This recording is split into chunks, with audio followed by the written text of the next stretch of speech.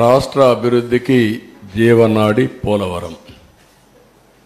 రాష్ట్రానికి రెండు ప్రధానమైనటువంటి ప్రాజెక్టులు, ఒకటి అమరావతి, ఒకటి పోలవరం. రెండు కూడా రెండు కళ్ళు లాంటివి. ఈ రెండు ప్రాజెక్టులు కానీ మనం పూర్తి చేసుకుంటే విభజనలో జరిగిన అన్యాయాన్ని కానీ మనం ఏ విధంగా నష్టపోయామో ఆ నష్టాన్ని పూడ్చుకునే అవకాశం ఉంటుంది. పోలవరం ప్రాజెక్టు కూడా విభజన చట్టంలో నేషనల్ ప్రాజెక్టు చేసి కేంద్రం నిధులు ఇవ్వడానికి ముందుకు వచ్చినటువంటి ప్రాజెక్ట్ ఇది. నదుల అనుసంధానానికి గుండె పోలవరం. ఇటువంటి పోలవరానికి జగన్ ఒక శాపంగా మారాడు. ఏ విధంగా శాపంగా మారాడు? ఏ విధంగా ఒక క్షమించరాని నేరం, జాతికి జరిగిన విద్రోహం. దీన్ని ఎవరైనా సరే రాజకీయాలకు అతీతంగా, కులాలకు అతీతంగా, మతాలకు అతీతంగా, ప్రాంతాలకు అతీతంగా నిర్మోహమాటంగా ఖండించాల్సిన అవసరం ఉంది, నిలదీయవలసిన అవసరం ఉంది.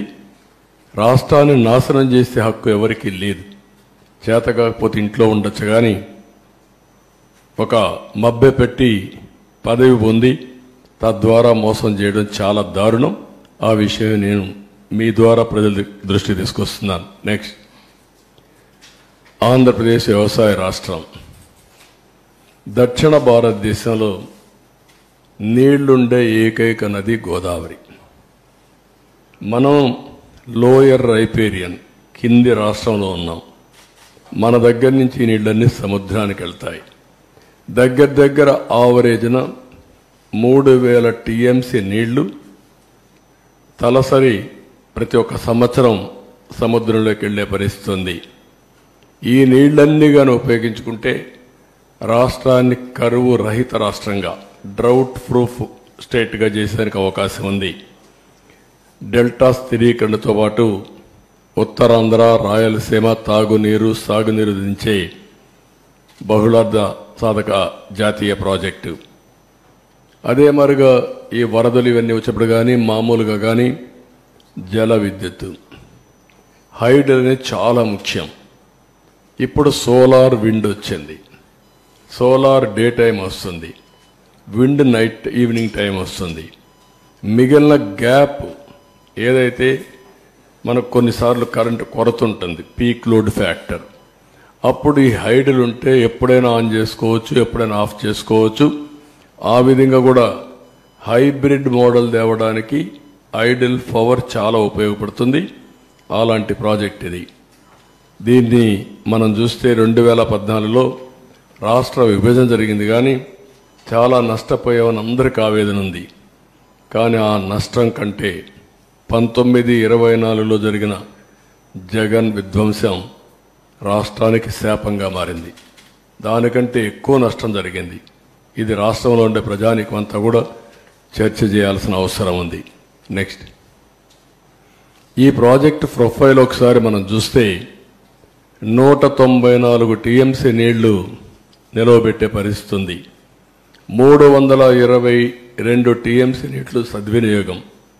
అంటే ఇప్పుడుండే కెనాల్స్ అన్నీ ఉపయోగించుకుంటే, ఇంకా మనం కానీ కరెక్ట్గా కానీ ఆ కెనాల్స్ అవన్నీ ఇచ్చేస్తే సముద్రంలోకి పోయే నీళ్లు డైవర్ట్ చేయగలిగితే ఒక 500 లేకపోతే ఒక 700 టీఎంసీ నీళ్లు కానీ డైవర్ట్ చేసుకుంటే రాష్ట్రంలో అన్ని ప్రాంతాల్లో అక్కడుండే నీరు ఇది కలుపుకుంటే కరువు అనే మాట ఉండదు. ఇది చాలా ముఖ్యమైన విషయం. ఇప్పుడు ఈ ప్రాజెక్టులో ఉండేది 7,20,000 ఎకరాలకు సాగునీరు అందించడం, 23,50,000 ఎకరాలు ఆయకట్టు స్థిరీకరణ చేయడం, 28,50,000 మందికి త్రాగునీరు ఇవ్వడం, 960 మెగావాట్ల విద్యుత్ ఉత్పత్తి, వాటర్ టూరిజానికి చాలా ఇది ఉంది, అవకాశం ఉంది. పరిశ్రమలు కూడా ఫుల్గా నీళ్ళు ఇచ్చే పరిస్థితి వస్తుంది. నెక్స్ట్, ఇది ఒక చిరకాల వాంఛ. ఏదైతే 1941 నుంచి ప్రజల కల ఇది. ధవళేశ్వరం కట్టినప్పుడు కాటన్ ద్వారా ధవళేశ్వరంలో కట్టాలన్నా లేకపోతే పైన కట్టాలని ఆలోచించినప్పుడు తర్జన భర్జన పడి డబ్బులు లేవనే ఉద్దేశంతో అప్పట్లో ధవళేశ్వరంలో కట్టారు, బ్యారేజ్ కట్టారు. లేకుంటే అప్పుడే కట్టాల్సింది. ఇంకొక పక్క 50 లక్షల క్యూసిక్స్ ప్రవాహాలని నది డైవర్ట్ చేసే ప్రాజెక్ట్ ఇది.